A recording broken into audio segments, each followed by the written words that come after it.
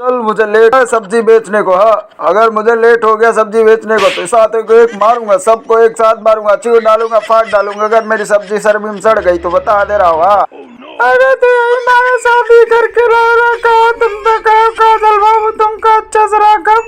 ये तुम हमसे सब्जी धोवा तो भैंसिया चारा लगवावा तो झाड़ू लगवावा तो है। देख लो बाबूजी यही तरह हमसे शादी करें धोखा दे के।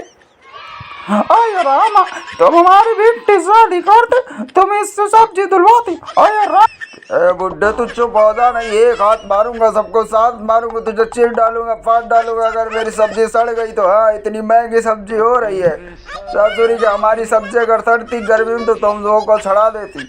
तो यही मारन शादी का कहा है, ये हमसे काम करा हुआ कहते हम ना कर पाए जाओ। हाँ हम नहीं जानी थे।